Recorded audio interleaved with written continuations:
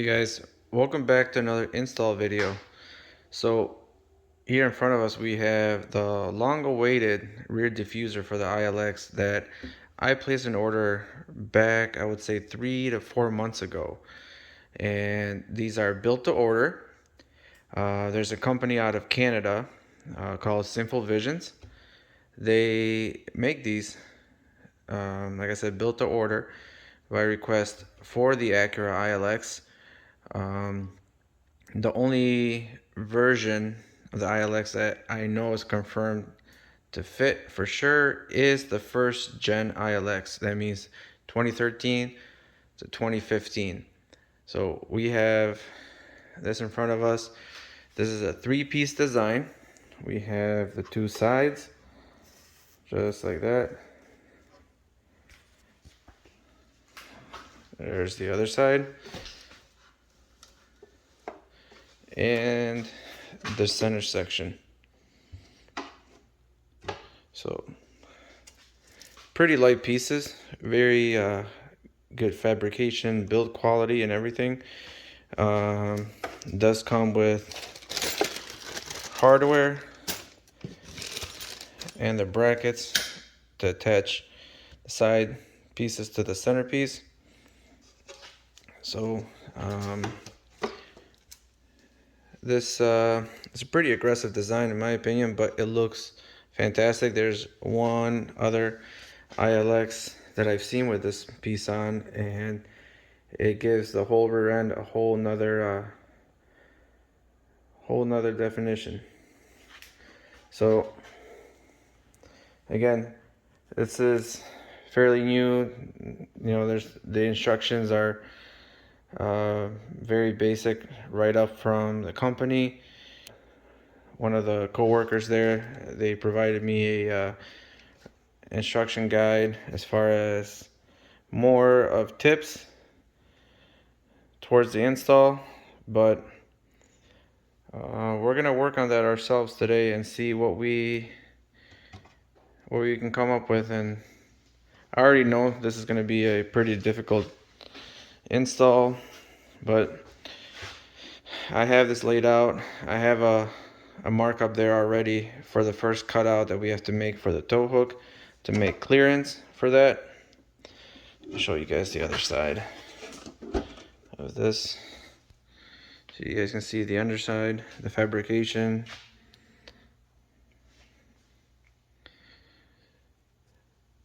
Overall, I think weight wise the package came out to be about 12 pounds, and it's not bad at all. So you guys can see this is, I think, the best view you guys will get for this, sitting here on the table. And I'm pretty sure there's going to be more than one way to install this, but we're going to go based on the instruction write-up that the company provided. So stay tuned and we will get working on this and start propping it up, and you know, one step at a time. So moving along with the install on this piece, we went ahead and mounted these L brackets to the side pieces just to kind of give us a point of reference when we make the marks. I put two already on the side. I'm not sure if we're going to drill through there, but once we test fit it, we'll know for sure if we're going to keep this thing lined up to the edge or if it's going to need to slide forward more. Backwards definitely not, because we can't go past that fin, but if we need to move forward more, we can. So I already cut the slot for the tow hook here. I used a Dremel and came out pretty clean. You just gotta be careful. And same thing on the other side.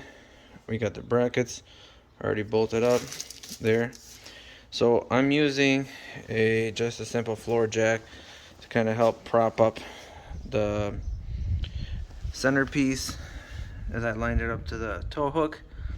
Now we have this strip here on the bumper this area here that we can unclip and get to the underside once we drill the holes, and to bolt up the centerpiece.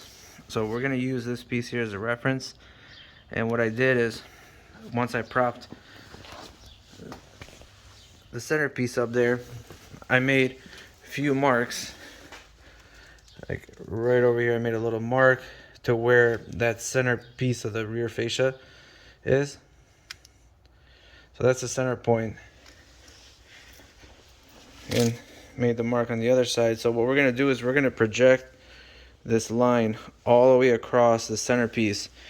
And I've decided to bolt it up in 3 sections. One here, and one over here. This should secure the front part of the centerpiece, and then the back, we're left with just a plastic underbody shield. So we're left with this shield that we really don't have much where to drill other than straight into this plastic. I might just use self-tapping screws for that end, or see if I can get to that side somehow to bolt it down instead, but we'll figure it out. But this is the area where we're going to drill the holes. So we're going to have to remove these clips to pry this piece off the bumper. So let me show you what I did. So we projected that line all the way across, and then we got the center point, the fins, projected that here, and here. Since we have the cutout, decided to do one on each side over there. And let me show you the fastener bag. So there's no real guidance as far as what fasteners to use where, but we have a good amount of these bolts, so I'm thinking to use these with the nuts to hold that on the bumper. So we got 4 there, and it leaves us with a few other ones for the side pieces. So there you guys go.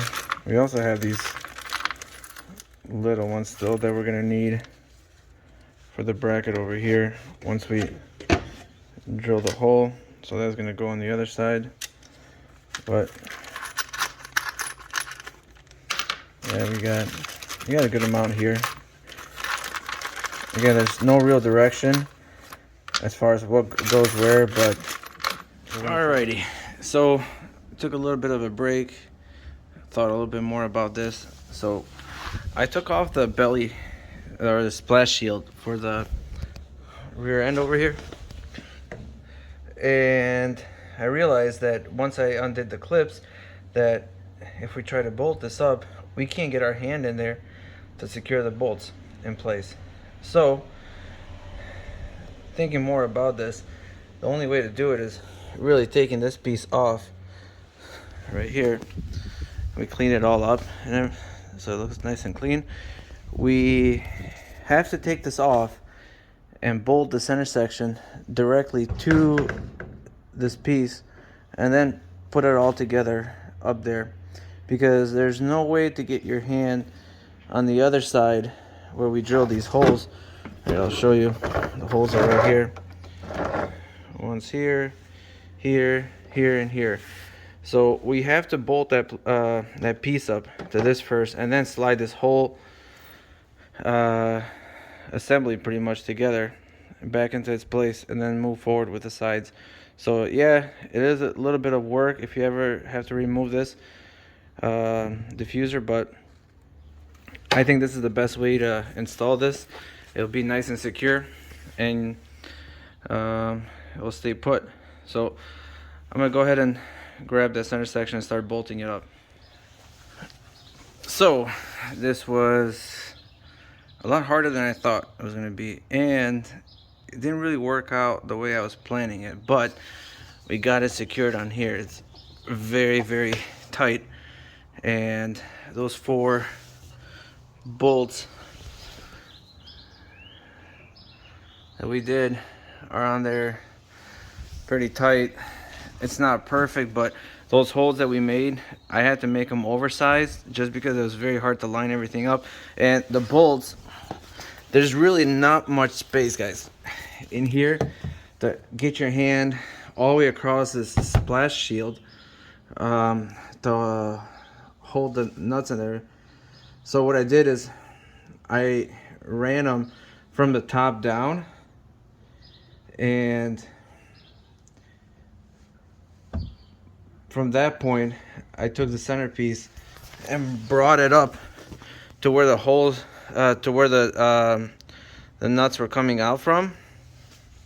I'm sorry, where the bolts were coming out from, and then secured it one bolt at a time. But yeah, it really wasn't easy to do. And you know, once you get this on here, I would say, unless you really need to take it off, I wouldn't mess with it after. But it's on there pretty tight, as you guys can see. I'm like pulling on this thing like pretty hard, and we got it lined up with this bumper line pretty well. And I'm not even sure if we're gonna need anything here on the back side, because it's on there pretty good. I might just put a few self-tapping screws to get that on there, but I don't think we need anything, to be honest. This thing is on there pretty damn tight, but we'll see. If I can manage to get some screws on there, I definitely will. Let me explain. So I got a little carried away with working, and I put the camera down and just went at it. So after we got the center section installed, we went to town here on this corner piece. Now the corner piece a little bit easier to do, so we got 3 bolts fastened for this corner piece here on this side, on the driver's side. So what I did was I lined it up so, and I used the edge of the bumper right here flush, and then came down over here to see where those are going to line up. So you kind of see what it looks like right now. So again, I made these little marks here where I wanted to drill, and then I just offsetted them. I forget how many, I think it was about 1 inch from there to where the center of the drill point on the bumper. And then from there I just lifted the plastic shield, reached through to grab to secure the nut on the other side, and got these now tight down. So this is pretty hard, like I'm pushing down on it pretty good, and it's fastened down. And then from there I made my marks on the centerpiece for the other end to attach to, drilled and fastened. So over here I use these bolts to match everything else on that piece. And then the passenger side was a piece of cake. This one's a lot easier because you're not dealing with a plastic shield over here. As you see, it's completely empty. So again, on this side we did the same thing, flush to the edge of the bumper over there, and then line it up to the centerpiece, and then make your marks up here, offset it to where you want to drill to the bumper. And then on this side we used only 2. I think I was a little bit too nervous on the other one and I went overkill, but 2 bolts on this is more than secure. Like, it's not going anywhere. This is the clearance to my exhaust, and I'm running the NVIDIA high performance exhaust. So you see that's the clearance. And now this is what we're left with here for the tow hook. I'm gonna try to reinstall my my aftermarket tow hook that I have. So we're gonna try to fasten this boy down and then see how it's gonna fit in there. Hopefully it fits good, because I really like to run this piece, but we'll see. And yeah, let me try to install this, and I'll give you guys a shot of what it may or may not look like. Ladies and gentlemen, it is officially finished. Stickers are on and protective film is peeled back. So give you guys one good look at everything, clearance and such. So we got the tow hook installed. It's on there good. We did have to make that opening slightly bigger to accommodate the fasteners and such. So it is installed.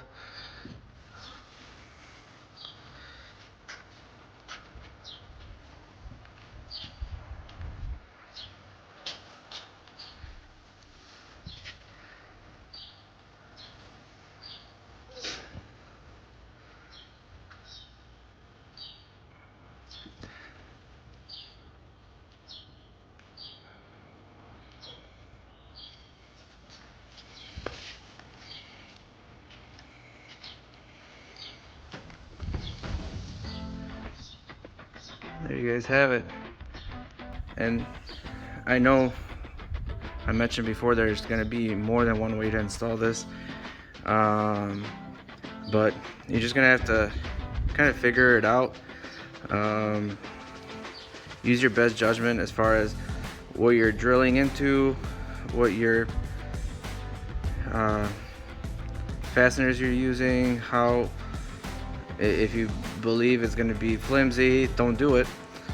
You know, try to figure out a way to get this thing as secured as possible, where it's going to be on there tight and do its job.